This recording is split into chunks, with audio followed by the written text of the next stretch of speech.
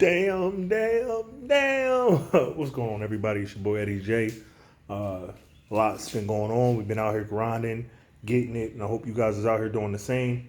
But just yesterday, I got into a situation where I couldn't find my gx690 key. Now, we had a few jobs scheduled that day. My son and I, who I have working with my oldest son, I'm about to actually bring my other son on as well. So we're working, we do a job, we head to another job, which was about 40 minutes away. We get there, we get all set up on the house. I tell my son, I said, hey man, start me up. He goes over and he says, where's the key? I'm like, what do you mean, where's the key? Now he turned it off and everything, so I'm like freaking out. We at this house or whatever, and I don't have my daggone key. We drove 40 minutes. There's no way for me to really backtrack and see. I was on highways and everything. So I'm like, yo, bro, this is crazy right now, right? So what I ended up doing was, because I had let me just show you guys my trailer real quick. So it's a mess right now, but we on the ground, we getting it. We getting it. So got my trailer here looking crazy. Thankfully I have this as my backup, which is my 5.5. Has a remote downstream on it. You know what I mean? I can just press a button, cam on, lights up, all that. But this one, though, the good thing about this one is, though, it has a key start and then it also has the pull cord. This one right here, the 8-gallon, only had the key start. So I wasn't going to be out there in the field, like messing around, digging around with this thing. I'm like, oh my God, I'm freaking out. After that job, I drove back to where we did the original job at, and I still didn't find the key. So I was freaking out, calling places. I called a locksmith. The guy said, we'll see if we do something like this. He didn't get back to me. I'm trying to find videos on it, and I really couldn't find anything. So I got home. This key right here, the ignition switch, I guess it just fell off somehow when we were driving. So it's something that you don't think can happen. You know what I mean? And what I did was I went and put a zip tie on here. So even if it falls out, it's not going to fall off. But what I ended up doing was, I got here and I had my old machine on my old trailer, which that's a 690. This right here is a 630. This is a 630. I took the key out of here, put it in there, and thankfully they're the same key. And of course, you know how these keys come. They come with the 2 on there, so one's a spare. I ended up just taking the spare off and putting that inside of the truck just in case I need it, and I zip tied that one on there. But moving forward, something that I'm always going to implement is having those keys zip tied in there. As you're going and you're growing your business and stuff like that, that's a little small thing that you don't think can happen until it does.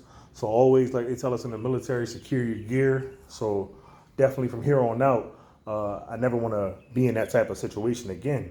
I'm thankful that I was in that situation, so now I know exactly how to proceed and move forward accordingly. And I know that, this key right here is the same key for that, so that don't slow me down. You know what I mean? In my mind, I was freaking out because I got so many big projects coming up. I got a bunch of HOAs that we're doing. We knocked a few out already. Got my son with me, getting him up to speed. He's killing the game.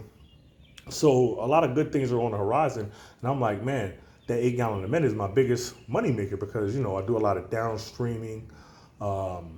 Today I had a hose pop, you know what I mean? So thankfully I got more hose.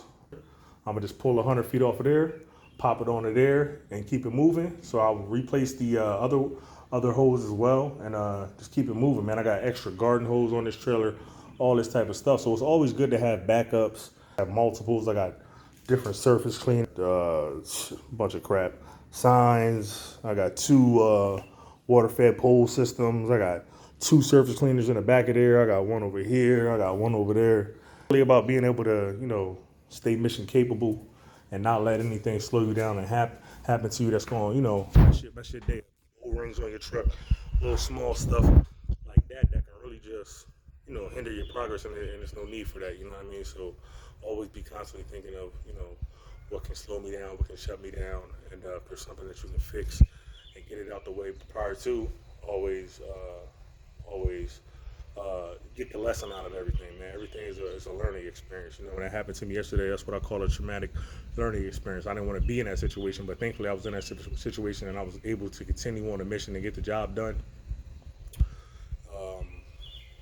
It's a little bit different rinsing with the 5.5. But what I do to optimize my rinses, I actually have two modified X-Jet guns that I had got from Doug Rucker, man. I got these joints from Doug Rucker. So you can't apply soap with these, but I do rinse with these, and I keep that on there. And this is the one right here I've been had. That's the one for the 5, and this right here is the one for the 8. Probably the orifice inside of that one is a little bit bigger. But yeah, I rinse pre-rinse with those. Then I switch guns to soap, and then I just throw that back on there because it's gonna give you a whole different stream. I'm gonna shoot some videos, just kind of show you. I know I do some stuff here and there, but that does kind of put your 5.5 almost on next level and stuff like that. Because it's now your X-Jet, but it's with the modified joint, so it's not as hard. You know what I mean? And you can use just a M5 twist, or you can use any variation of a J rod as well on there. So I like to do that. That really is one of the game changers. That really supercharges my rinse.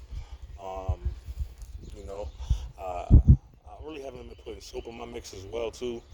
I got the stainless steel downstream injector, the general pump one. That joint been working excellent. The 2.1 on here. I actually ordered a 1.8 just to see what that does. But I've actually been able to clean stucco and stuff with that as well. Not a lot of times if it's like super black, but definitely if it's green, just downstream, pulling straight SH through my downstream injector, being able to do that. So I really just want to get on here and talk about that, man. With the key, I got a zip tie, but if you got a 630, 690, same key, same ignition switch, works for both of them. So I'm gonna hold y'all up, man. Stay blessed, stay focused, and keep getting it.